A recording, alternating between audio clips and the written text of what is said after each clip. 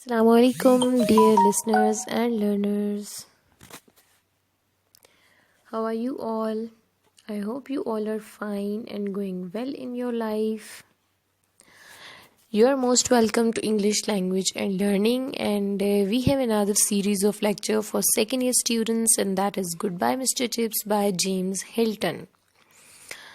We are going to do the first chapter of the novel, but before moving to the lesson, I would like to ask you to subscribe the channel, hit the bell icon so that you may get connected and receive the upcoming videos on this channel.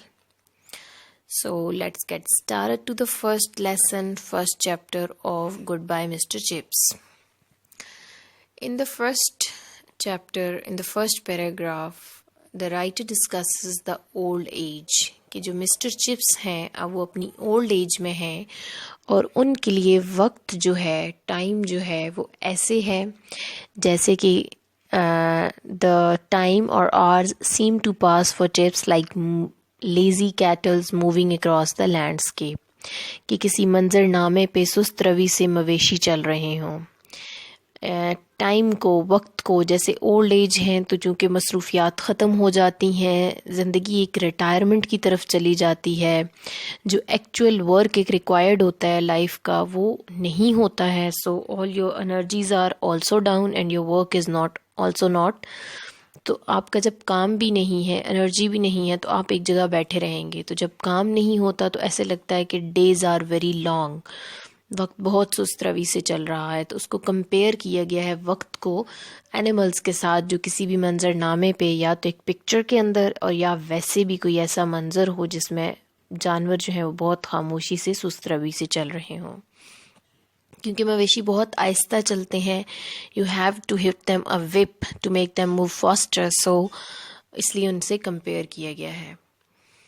دین جو ہے جب mister chips کی جو story ہے وہ recollection میں لکھی گئی ہے, یعنی کہ اب وہ اولڈ ایج میں ہے, پھر وہ اپنی فرسٹ جاب کو یاد کرے گا, پھر وہ اپنا teaching career how he got started, then how he has been doing with his teaching career, his marital life and all that, سب اس کی یادوں میں ہے. جیسے کوئی اولڈ ایج میں چلا جائے اور پھر اس کے پاس بہت سی یادیں ہوتی ہیں اس کی چائلڈہڈ کی, ایڈلٹہڈ کی, یوتھ پیریڈ کی, اور پھر جو مڈل ایج ہے اس کی.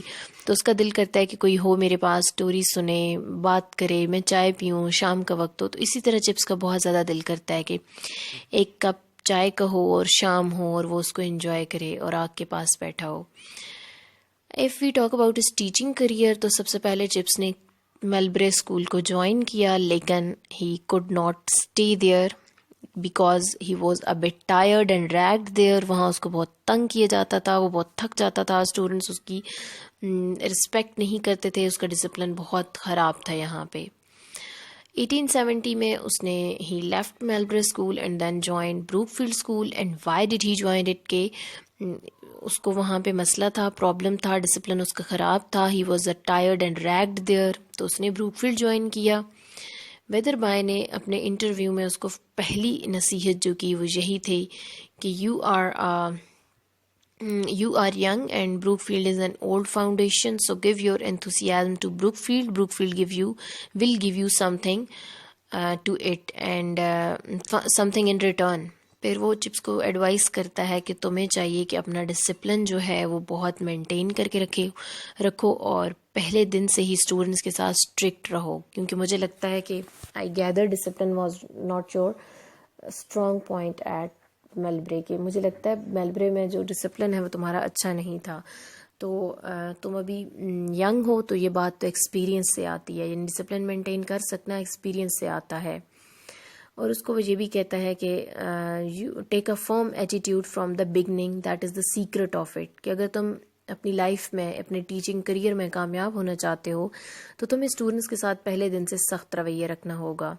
تو یہ ان تمام لوگوں کے لیے ان جنرل ایڈوائس ہے. Those who want to aspire to become a teacher, they will have to be firm, they will have to be consistent in their decisions, اور انہیں تھوڑا اسٹرانگ اور اسٹرکٹ ہونا پڑے گا اسٹوڈنٹس کے ساتھ ٹو مینٹین ڈسپلن. کیونکہ ڈسپلن نہیں رہتا وین یو بیکم فرینڈلی اور فرینک ٹو دا اسٹوڈنٹس. دین جو ہے اس کا فرسٹ ڈے تھا اسکول میں کرکٹ میچ ہو رہا تھا اور بارن ہرسٹ اور بروک فیلڈین کے درمیان. بروک فیلڈ نے بہت اچھی سینچری بنائی, وہ میچ جیتا. اور ایک بچے کا ذکر ہے فارسٹر کا, جو چبی چیکس والا گول مٹول گالوں والا بچہ تھا. تو اس کے بارے میں چپس کہتا ہے کہ وہ بروک فیلڈ میں کم ترین قد والا بچہ تھا جو کبھی بروک فیلڈ میں ہوگا. 4 فیٹس کا تھا وہ, ابو ہز مڈی شوز.